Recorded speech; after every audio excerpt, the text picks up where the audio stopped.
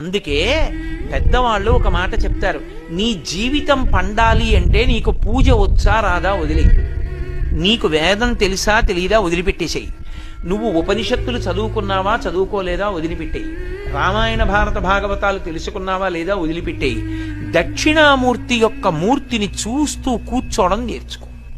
అదొక్కటి నేర్చుకో చాలు, ఏమక్కర్లేదు. ఇంకా దక్షిణామూర్తిని పెట్టుకుని రోజు కాసేపు ఆయన్ని చూస్తే చాలు. మీకు నేను ఇంకా విచిత్రమైన విషయం చెప్పనా?